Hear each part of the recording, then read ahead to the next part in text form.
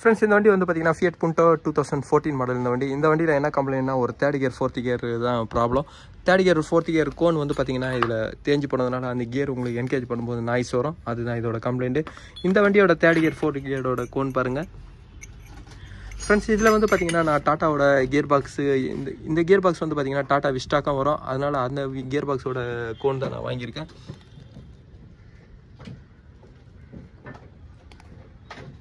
Friends இந்த மெயினாக இந்த பார்ட் நம்பர் தான். இந்த 2 கோன் தான் நான் ஃபிட் பண்ண போகிறேன். ஃபஸ்ட்டு வந்து பார்த்தீங்கன்னா கோனோட ஒர்க்கை நான் காமிக்கிறேன். கோன் வந்து பார்த்தீங்கன்னா ஒரு கியரை என்கேஜ் பண்ணுறதுக்கு முன்னாடி அந்த கியரை ரொட்டேஷன் பண்ண வைக்கிறது தான் கோனோட வேலையே. கோன் எப்போ உங்களுக்கு ஃப்ரீயாக அந்த கியரில் உட்காருதோ அப்போ வந்து பார்த்தீங்கன்னா அந்த கோன் போயிட்டுருக்குன்னு தான் அர்த்தம். ஃப்ரெண்ட்ஸ் இந்த கோனில் பாருங்கள், இந்த மேலே பார்த்தீங்கன்னா எவ்வளோ கேப் இருக்குது பாருங்கள். கோனு வந்து பார்த்தீங்கன்னா ஃபுல்லாக சீட் ஆகிடுச்சு. இந்த மாதிரி சீட் ஆகும்போது வந்து பார்த்தீங்கன்னா இந்த கியரை ரொட்டேஷன் பண்ணாது, அப்போ கியரோட நாய்ஸ் வரும்.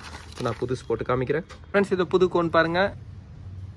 இந்த கியருக்கும் கோனுக்கும் எவ்வளோ கேப் இருக்குது பாருங்கள். இதனால் இந்த கோன் வந்து பார்த்தீங்கன்னா இந்த கியரை ரொட்டேஷன் பண்ணோம். இது வந்து பார்த்தீங்கன்னா ஒரு கோன் டைப் கிளச்சோட டைப்பு தான் இது. இதோட பேசிக் வந்து பார்த்தீங்கன்னா